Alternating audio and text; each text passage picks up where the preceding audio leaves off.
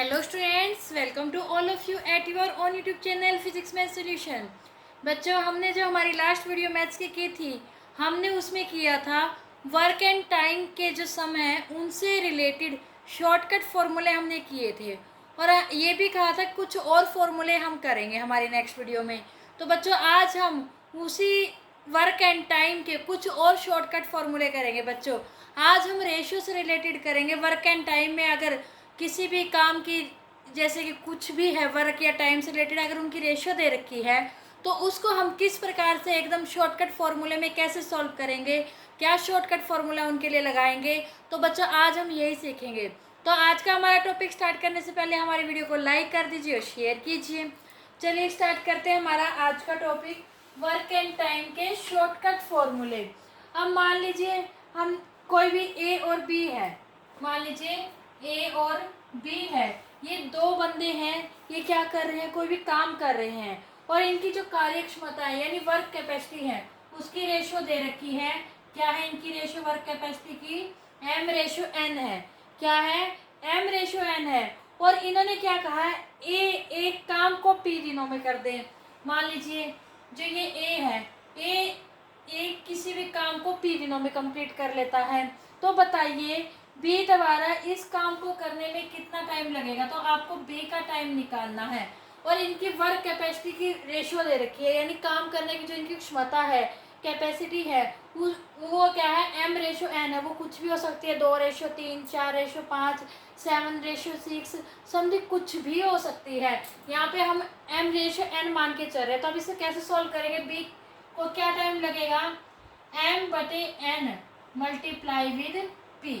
क्या कर देंगे, इनकी रेशियो को हम ऐसे लिख देंगे m रेशियो n, और जो a ने काम किया है वो मल्टीप्लाई विद p हो जाएगा। कितने दिनों में किया है इन्हें काम?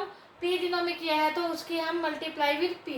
लेकिन इसके अपोजिट हो जाए, अगर b p दिनों में काम करे और आपको a का काम निकालना हो तो आप क्या करोगे बच्चों?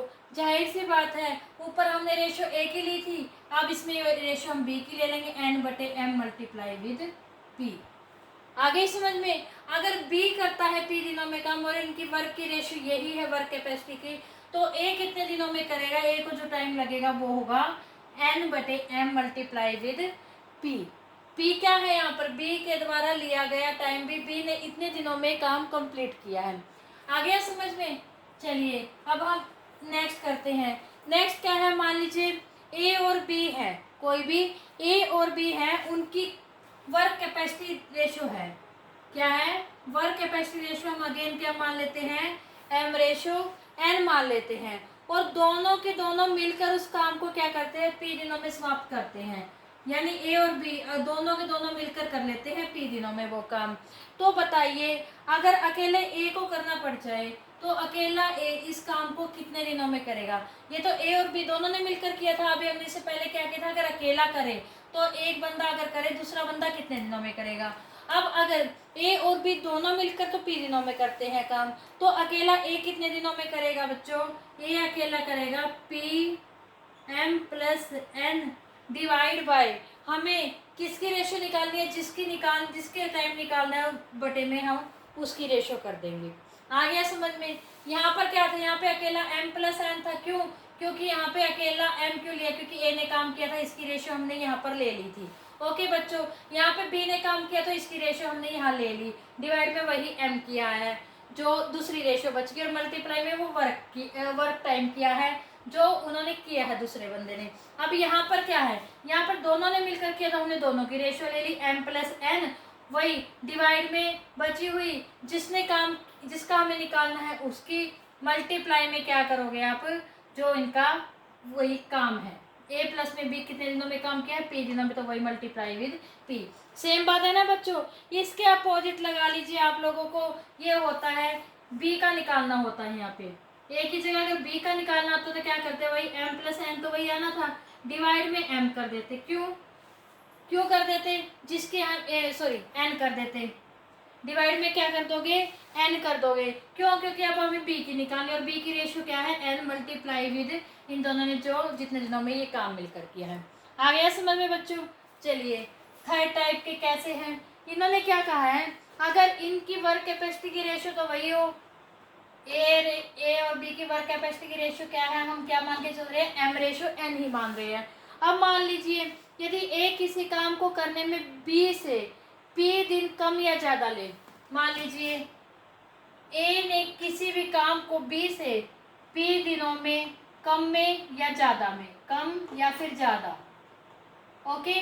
मान लीजिए ए ने बी ने मान लीजिए 10 दिनों में किया है, तो ए ने मान लीजिए या तो 9 दिनों में कर दिया हो या 11 दिनों में कर दिया, यानी कुछ पी दिन कम या ज़्यादा लिए हो, ए ने क्या लिए हो, पी दिन कम या ज़्यादा लिए हो। तो इन्होंने क्या कहा है, तो ए द्वारा अकेले काम को करने में लगा समय, तो आपको ए के द्वारा ही इस ए ने, इन्होंने बी से कहा है बी से कम या ज़्यादा इतना टाइम लिया है, तो बताइए ए ने अगर इतना कम या ज़्यादा लिया तो ए ने टोटल क्या टाइम लिया, यानी ए को अकेले करने में कितना समय लगेगा। तो आप क्या करोगे, n डिवाइड बाय m और n में क्या है जो डिफरेंस आएगा, m और n का difference of m and n, और क्या करोगे मल्टीप्लाई विद p। ओके बच्चों, क्या लिखोगे यहाँ पर, difference between m and n, यानी जो इनकी रेशियो है ये वर्क कैपेसिटी की, उसमें जो डिफरेंस है वो लिख दोगे डिवाइड में, और जो जिसने काम किया है पहले, किसने किया था भाई, बी ने किया था, तभी तो हमने कहा ए ने कम या ज़्यादा किया है बी से, बी ऑलरेडी कर चुका था, तभी तो ये कहा है भी ए ने कम या ज़्यादा किया, तो ए ने कितना टाइम लिया वो हमें ऐसे निकालेंगे। ओके बच्चों, इसके अपोजिट लगा लीजिए, अगर आपको बी का निकालना होता तो आप यहाँ पे एन की जगह क्या ले लेते, ऐसे ही एम ले लेते। ओके बच्चों, आई समझ में। नेक्स्ट टाइप है, मान लीजिए ए ने किसी काम को एम व बी उसे एन दिनों में कर लेता है। मान लीजिए ए ने तो एम दिनों में किया और बी ने एन दिनों में किया, हमने बिल्कुल स्टार्टिंग में यही किए थे ना। उसके बाद इन्होंने कहा यदि ये दोनों एक साथ काम करें तो हमने ए प्लस में बी जैसे निकाले थे ना बच्चों पीछे।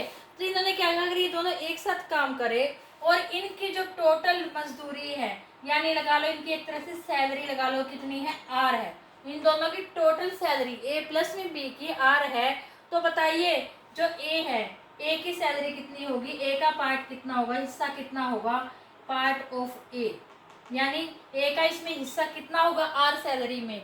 तो आप कैसे निकालोगे, अगर आपको ए का हिस्सा निकालना है तो आप निकालोगे एन बटे में M plus N multiply with R. हम ऊपर वही ले रहे हैं ना जिसकी दे रखी होती है, और जिसका निकालना होता है वो नहीं लेते, वो हमारा नीचे ही आता है। और इस केस में हम नीचे क्या लेंगे, एम और एन की रेशियो लेंगे टोटल में। ऐसे ही अगर हमें बी का पार्ट निकालना होता है, किसका, बी का पार्ट, बी की इसमें कितनी सैलरी है, तो क्या करते बच्चों, वही एम बटे में एम प्लस एन कर देते। क्यों, क्योंकि ए का आप ऊपर करोगे और बी का टोटल हमेशा नीचे करते या फिर टोटल में लेते हैं। ये आ गया समझ में। आई होप बच्चों आप लोगों को ये शॉर्टकट फॉर्मूले बहुत अच्छे से समझ में आ गए होंगे। अब अगर ऐसे कोई आपका एग्जाम में, कंपटीशन एग्जाम में ऐसा कोई सम आ जाता है तो आपको बहुत ज़्यादा लंबाई से सॉल्व करने की ज़रूरत नहीं है, डायरेक्ट ये फॉर्मूले अप्लाई कीजिए और आपका आंसर आ जाएगा। इससे क्या होगा, एक तो आप लोगों के कंपटीशन एग्जाम में सम जल्दी सॉल्व हो जाएंगे, दूसरा आपके क्या होगी, टाइम सेविंग भी होगी, और ना आप लोगों को ज़्यादा पजल होना पड़ेगा। तो आइए बच्चों, आप लोगों को आज का हमारा टॉपिक बहुत अच्छे से समझ में आ गया होगा और ये फॉर्मूले बहुत अच्छे से याद हो गए होंगे। बच्चे स्क्रीनशॉट ले लेना इनका, ताकि आप लोगों को ये फॉर्मूले बार बार देखने ना पड़े क्या है क्या नहीं, आप स्क्रीनशॉट को एक बार अच्छे से ध्यान से पढ़ लो।